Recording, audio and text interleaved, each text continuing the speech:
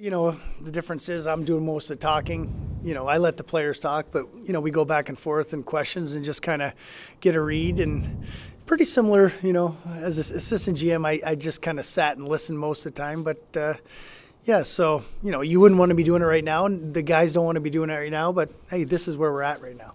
I know you're disappointed the team didn't make the playoffs, but was there a different tone, a different mood this season compared to last season?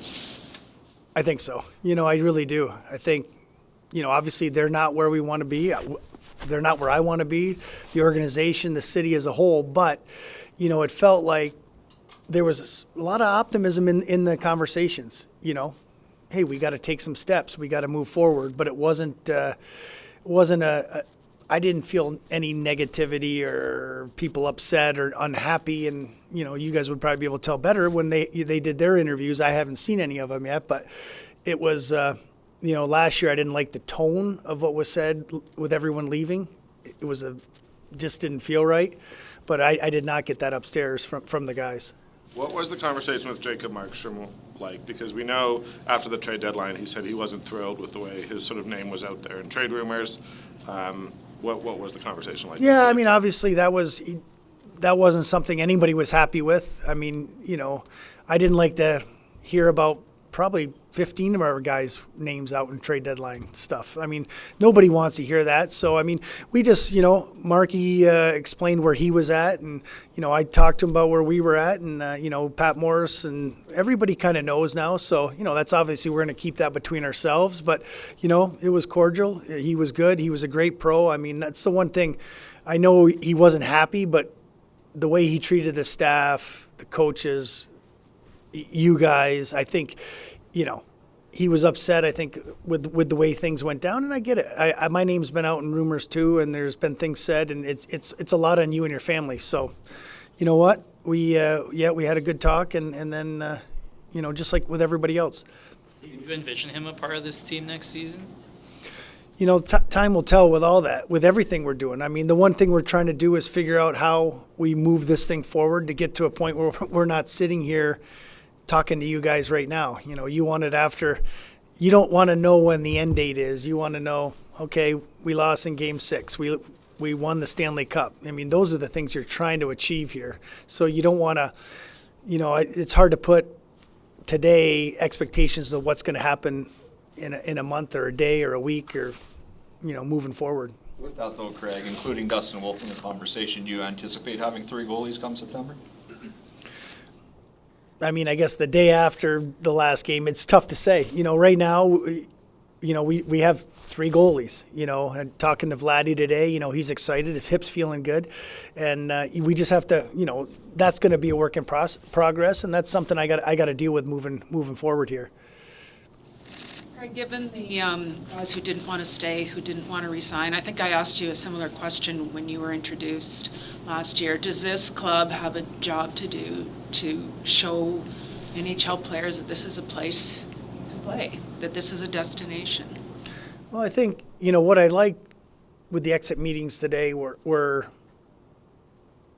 guys were upset about not being where our goal was to make the playoffs. They were upset about that, but there wasn't this negativity or they were upset about coming to the rink every day. I even watched them the day before we went to our last game, on the road, and just the excitement they were having fun still. They were enjoying themselves. They were playing little games. They were cheering, and I'm thinking, we wouldn't have seen that last year. So I guess we're taking little steps at a time. And, in the end, they're the ones that are playing each night. I said, I can't score a goal. I can't block a shot. I can't make a save. It's those guys in the room. And it feels like they're coming together. Obviously, like I said, we have work to do. But I don't feel like last year it felt like there was a real negativity around it. And I don't think it's Calgary, the Calgary Flames. It's just the situation wasn't good last year. I don't know if the expectations, but the expectations are always high here, and I just felt like this year I didn't get the same vibe from the players leaving. Last year it was more of a negative thing for whatever reason. Can you this will mean more coming from you than any of us sort of guessing at it. Can you explain the importance of that tone being better, of that optimism being there? Well, I think the tone, yeah. I mean, I like that they're disappointed. They're not happy with where they are. I think they want to. Everyone wants to make the playoffs.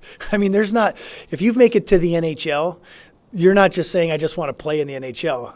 The goal is to do what these guys are going to start doing on Saturday, and that's to have a chance to win a cup. I mean, yeah, I don't think I ever went into one season where I thought, well, we're not going to win, no. I can do something about that every night. I can maybe score, or Jeromes, we can do something to get us in. But, no one's going to feel sorry for any team in the NHL. They have to come every night and win. If it's a 2-1 game or a 1-0 game, that's what it's all about. So I don't think the expectations for any team, San Jose Sharks, maybe they're last in the standings, they're going to come in with a different attitude next year. I mean, we're all going to do the same thing. We all start with 0 points, and you want to get to a point where you're like, okay, we're in the playoffs, and that's the goal. There's this line of thinking, though, that goes that, the only way to build a contender long-term is to bottom out. You know what it is. Get some really high picks, get the young superstars and build around them. But I look at the teams below you in the standings, and there's a lot of them that haven't been in the playoffs or haven't won playoff games in a really, really long time. So what is the model that you would like to follow? Well, I mean, you're trying to look at a team like Dallas. They had good veteran core. They've added really good. They had a great draft. They really did. The one draft, with Heiskanen and Ottinger and it's one of those drafts. So you have to have some drafts. They brought in some free agents. Even this year, you look at the guys they brought in. They made some trades. I mean, so it's not just to go to the very bottom. Like everybody says, okay, go right to the bottom. Because the one thing, in my opinion, if you go with a completely young team how do they get to learn to win, in those close games? Hey, you might lose games. My philosophy is a guy like Zari, Pospisil, Coronado, Wolf, they need to take a step next year. They were in the NHL this year. They know what it is. Now they need to take a step, because I don't know, with the veteran guys, we had guys with career years. We hope they have the same career year next year, but with these other guys taking a step. And who is coming underneath? Are there trades? Are there, who are you going to get in the draft? There's a little bit of unknown there, so you don't really know names yet. But, yeah, you want to constantly be pushing. You want to sprinkle in these young guys, see how they do, and see which ones rise. And then next year we expect more out of each of them coming in. And hopefully they expect more out of themselves. We talked to a lot of these guys, and even Huska said playoffs is the goal next season. So you've got those veterans that you probably want to convince to stick out through this rebuild, but you've also got draft assets now. Like, are you going to be making moves with the idea of bringing in immediate help to get this team into playoff contention next season? Well, I think you're always looking, even when we were making the trades this year, you'd love to grab guys from 22 to 18 that are drafted, maybe a couple young guys, 23 or in that age group. Those players are hard to kind of pry out of teams. That's what you're trying to do. But, if there's a deal, I think of deals in the past. Montreal has done it. A few teams have done it. They went and traded for younger players. Is there an opportunity to do that? Maybe not like an 18-year-old, but, is there a 20, 21-year-old? So you're always looking to see if you can add that. Not easy, because not a lot of teams want to give them up. But with the cap, if a team's really going for it, if someone wants to add a veteran in free agency, maybe there's an opportunity. So, I think as we move forward, we're looking at anything. If we make the draft pick, if we use a draft pick, or if there's some way to improve our team with a younger player in that kind of age bracket, would be ideal for us. Craig, is there any sort of nervousness as a general manager on a day like today? And I ask that in the sense of, there's been this speculation that there might be a line out your door of guys who wanted to tell you that they didn't want to be part of a rebuild. And that's not what we heard here. But were you wondering what you would get in these meetings today? A little bit uncertainty going in. You don't know what guys are thinking. Like, when you talk to guys at the rink, or, and now this is their forum where they can kind of tell you what they're thinking, and you want to know what they're thinking. You don't want to be surprised in a month from now. But I do think, they enjoy the city. They enjoy playing here. They want to win here. They'd like to win as quick as possible, And with what kind of we had to do this year, we lost some very good players. We brought in some other younger guys. We're trying to give some younger players a look.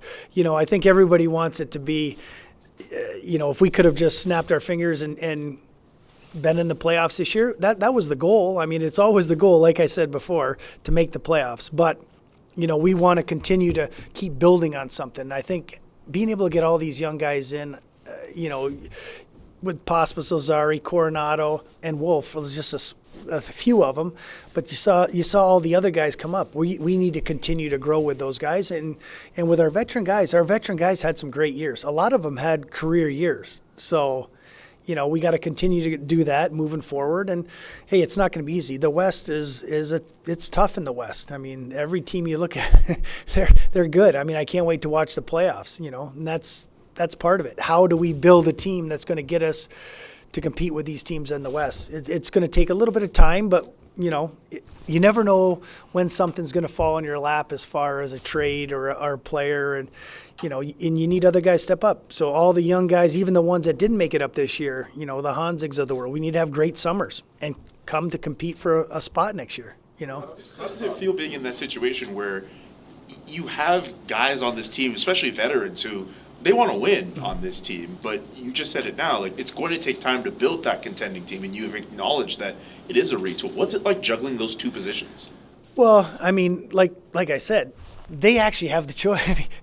They're the ones making the plays and winning and losing, so, I can't do that for them. They have to do that for themselves. And I think the one thing I say, I never really felt the effort wasn't there this year. Yeah, you're going to have games you win, lose. We had some stretches where we didn't like. The start of the year really set us back. I mean, if we don't get off to that start, who knows? It probably doesn't change that we have to move the other guys when we did, because we couldn't get them, we just couldn't come to terms with them, what contract worked for them and what contract worked for us. So that's why we had to move past them.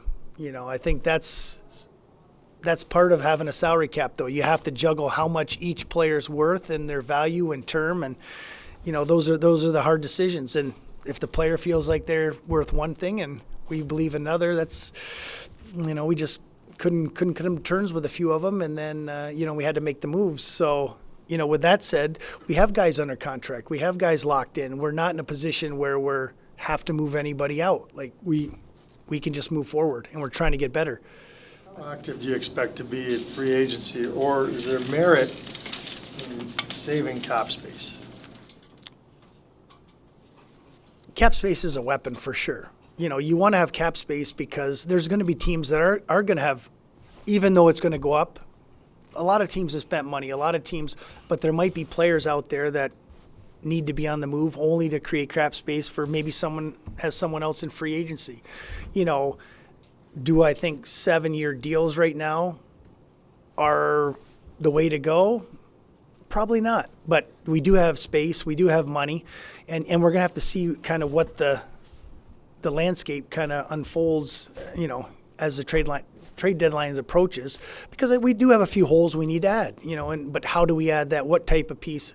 Again, term and contract are going to make a difference in what we're trying to do here, because the one thing like I said with the young guys, you want to bring in some veteran guys we have veteran guys here to help get them better. You don't want the team losing every night by 10 goals. That doesn't do anything good. Did they ever really get better? I don't know. And then you see some teams that have been trying to get out of that trend for 7, 8, 9 years. We're trying to see if our goal is to turn it over as quickly as possible and move forward. So what's the difference between rebuild and retool then, as far as the Calgary Flames are concerned?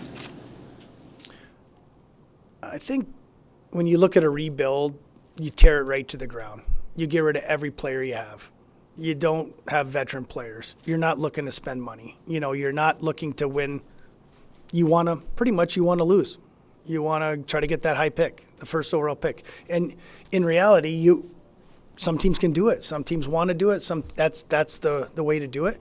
I think in a Canadian market, with the players we have under contract with our core group, that doesn't make any sense for us. For us, we're saying, okay, look at that Dallas model. Look how they did it. I guess that's a retool. they made draft picks. They brought in players. They added a few veterans here and there. You know, I think you look at that team, and I think they're right in the kind of win now mode, and they did it over a short period of time. And they had a great draft, and it might take a little bit of time, but we have some very good players in this team, and young guys that have taken steps, and we need to continue to take another step. Jonathan Huberdeau obviously showed serious improvement as the season went by, particularly after December. But like, it's hard to ignore, he finished with 52 points and a minus 29. What does a successful year look like next year for Jonathan Huberdeau? I think this, probably like you said, probably after Christmas on, would be what we expect. The one thing, Jonathan's always working hard. He comes to practice, he works, he goes to the game. I think he almost wants it so bad, you know, when he puts so much pressure on himself. It'd be nice for us to be able to take the pressure off him, but, you know, when you're the highest paid player on the team, that always doesn't happen. But we just want him to come and play the way he did down the stretch. You know, he competes, he back checks, he's working hard, he's trying to do exactly what the structure is, what the game plan is, you know. And I think if he does that, he comes into camp again another year. I'd like to find chemistry. I'd like to get him a player with chemistry. Seems like he has a little bit of chemistry with guys, but that's something I have to try to figure out this summer. When it comes to Jacob Marriott, obviously that injury was just so hard to evaluate a guy's year after an injury. So what do you take from just what was obviously like an incredibly challenging season for him? You feel bad for Jacob. I mean, he came into great shape, missed a lot of time, came back. The Trouba hit set him back again, and I think we just thought, would we have loved to seen him down the stretch? Yes, absolutely. But with that said, we want him to get in and play as much as he can, you know, have a good playoff run, and just have a great summer and come back. I mean, the one thing Jacob brings is, you notice his speed, even in the games in Boston, and when we just came back, it was noticeable. The speed was there. I'm like, ooh, he looks. And then the injury against the Rangers, just it's a disappointing season for him. You know, I can't imagine what he's going through right now, but for him to go down and have fun, have a successful, play a ton, and just regroup. I mean, he's part of our plans moving forward. So, you know, you don't want him to overthink it. It's just about playing in a season that, you know, the injuries were just unfortunate. When you have a guy like Pospisil who went from, and maybe this is just the external view, but went from a little further down your list of prospects to suddenly playing as a full-timer in the NHL, like, does it change the way you look at your own guys? Does it change the way you kind of look at what you have in the system? Oh, I think we always believed in Pospisil. I mean, that was the one thing. The size, you see what he can do. The injuries were he could not catch a break for 2 or 3 years. He just kept getting injured. So to have him be able to come back this year, and you can see why. He plays only one way. He plays all out, every shift, all game, right down to the last minute, and that's what we love about him. And I believe he still has another level of skill. You know, you'll see as he goes. I think it's only going to get more and more comfortable, and he's got a great shot, great hands, and he's going to be a big part of this team for a long, long time. So, yeah, but you have to give these guys chances. I mean, and that's what we talked about last year was, you know, maybe not going out and signing a bunch of free agents. Well, we didn't have money, but, you know, the other thing was we wanted to give young guys an opportunity. And now you look back, it was, you know, it's exciting for us. You know, even though he got sent down at the beginning, you know, you think, okay, we got a really good player here. And, you know, same thing for Zari, you know, coming in and playing as well as he did from kind of, November on. Right, between having 24 picks and including 5 first-rounders in the next 3 years, 9 picks and 2 first-rounders this year, and the want and need to add players in their late teens and early 20s, how important are your amateur and professional scouting staffs going to be, and how excited are they about the role that they're probably going to play moving forward? Well, I know the amateur guys love having all the, the 4 picks in the first 4 rounds. So, they were talking about that last week. They're excited. But again, we got to dial in. That's where we're at right now. We want to make sure background, everything we're doing, we want to dial in on the kids that we really like. And, and that's what I said. If it's your first pick or your last pick in the 6th round this year, we want to make sure each pick's important. we want to put a jersey on a guy that we think is going to be a Calgary Flames. So, they're excited, they're dialed in, and they're ready though. And I said if there's trade opportunities, like the pro guys need to be ready, the amateur guys need to be ready, and you just because you never know when it's going to happen. Obviously the trade deadline is a time, but from here to the start of September, you got to make phone calls and keep talking to people and figure out if there's some fits. That you kind of talk to teams about what your needs might be looking forward, and they'll say, and they'll give you some ideas what they're thinking about their teams. So it's a puzzle, but I think everybody in the organization is excited, especially on that side, pro and amateur. It's very early to tell, obviously, but is there a type of player you're looking for, in particular with that first pick you're going to have in this summer's draft? I think at 9, it'll be interesting because I think teams are going to pick the way they want to pick before us, and then that'll, you kind of see how the first 3 or 4 picks go, and you'll have an idea. Oh, okay, I think it's going to be this player or that player at that point. And our list is not set in stone yet. I mean, we have another meeting coming up soon, and there'll be battles right till the end to try to move a guy, especially now that they know where we're picking. So, it's a fun process. It's exciting time of year, and everybody, the draft's one of my favorite parts of this job. So, everybody's looking forward to it, but we're really trying to dial in now to make sure we make the right pick. Greer has been quite vocal about wanting to stay here. I felt like prior to his injury, he was he was making an impact. Would you like to see him back if possible? Yeah, I mean, we've talked to AJ and his representation just to, but again, we want to sit down, have our meetings, see where we're at. But he was great. I mean, he came in and gave us everything that we wanted.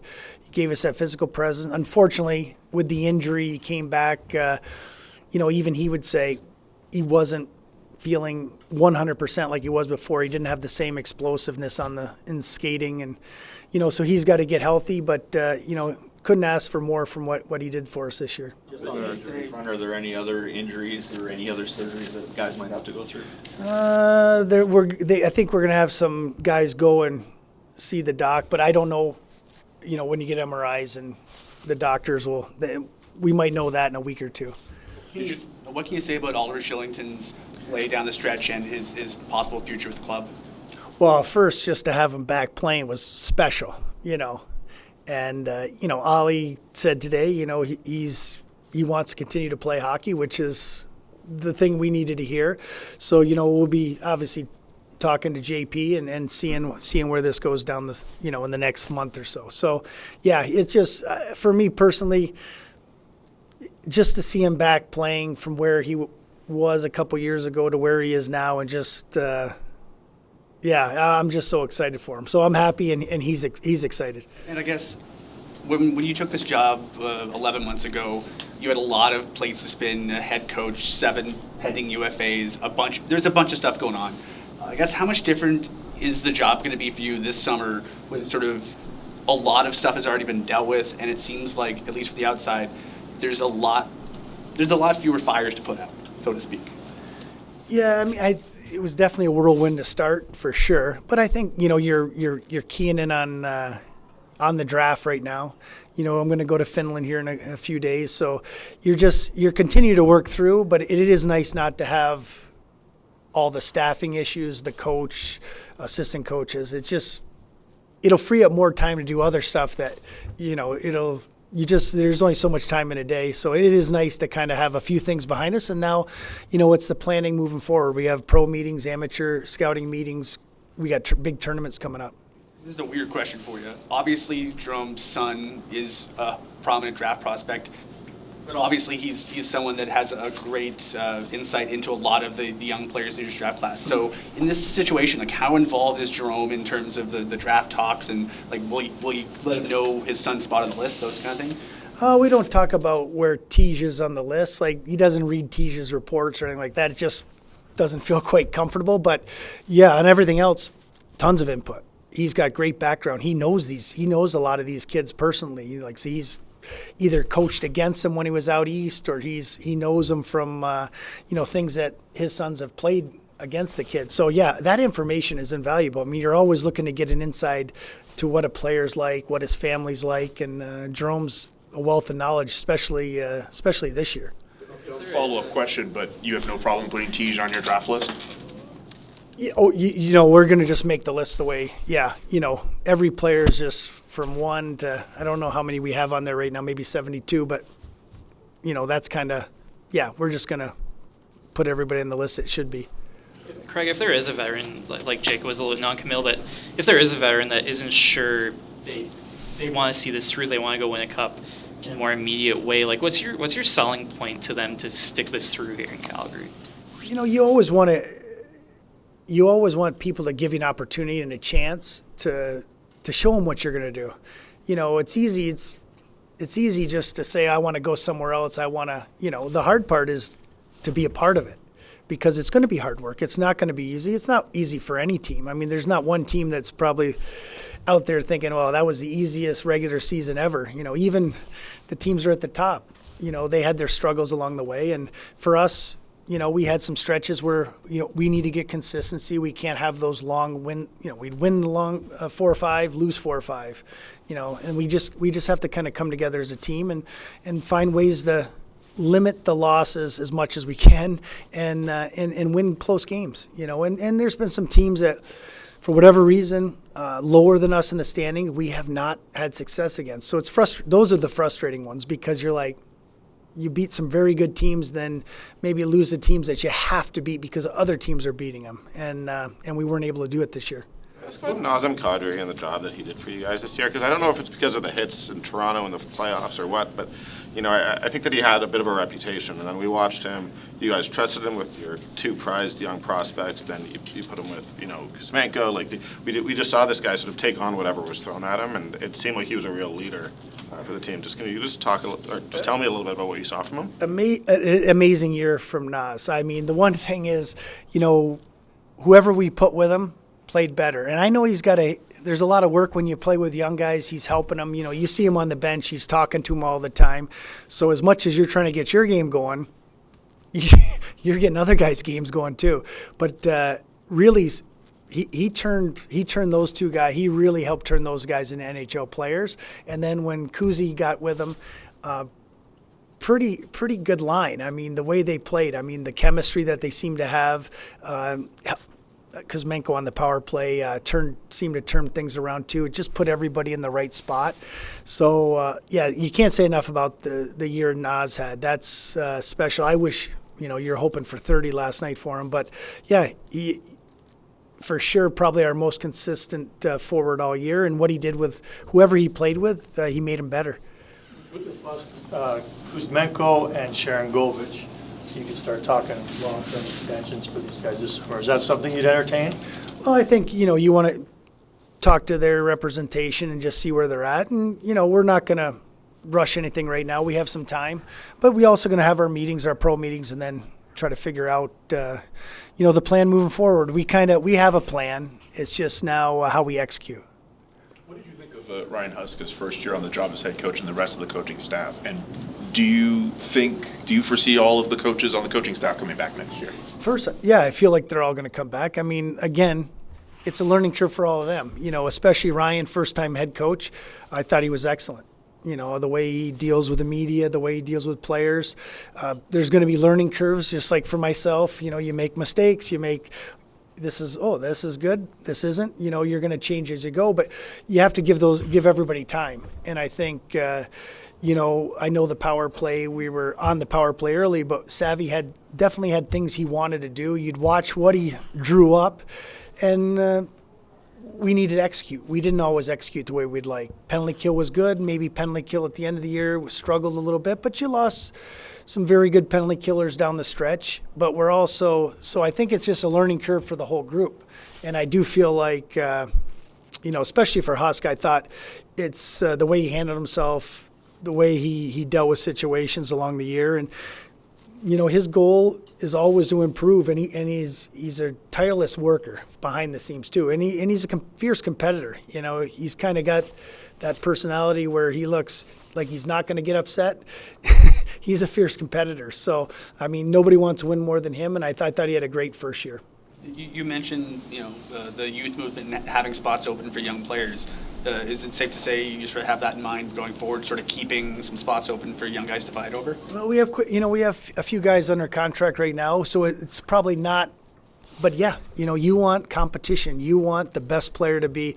It's the NHL. It's just not because you have a contract or you're this player or that player. You want the best player in, and we want these young guys pushing, just like they did this year. So we want them to take another steps, and all these guys underneath try to say, okay, I'm coming to take a job so I can play in the NHL.